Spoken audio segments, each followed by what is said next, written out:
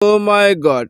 Hotel বারে pregnancy অবস্থায় ক্যামেরার সামনে হাজির হলেন বুবলি। হ্যালো ভিউয়ার্স, বিস্তারিত জানতে চ্যানেলটি সাবস্ক্রাইব করে সম্পূর্ণ ভিডিওটি দেখতে থাকুন। সুপ্রিয় দর্শক, বর্তমান সময় সোশ্যাল মিডিয়ায় বেশ আলোচনার সমালোচনার মধ্যে রয়েছেন শবনম বুবলি। শবনম ইয়াসিন বুবলির নাম মানে আলোচনার সমালোচনা, কেননা যেখানে যাক না কেন তার আলোচনার সমালোচনা তৈরি করবে। শবনম ইয়াসিন বুবলি একাধিক সিনেমা কাজে ব্যস্ত থাকলেও ব্যক্তিগত জীবন নিয়ে বেশ সমালোচনার মধ্যে দেখা যায় তাকে। কিন্তু আবারও সোশ্যাল মিডিয়ায় নতুন করে আলোচনা তৈরি করলেন একটি ভিডিও। সাম্প্রতিক সোশ্যাল মিডিয়ায় একটি শবনম ইয়াসিন বুবলির শুটিং টাইমের ভিডিও ভাইরাল হয়েছে।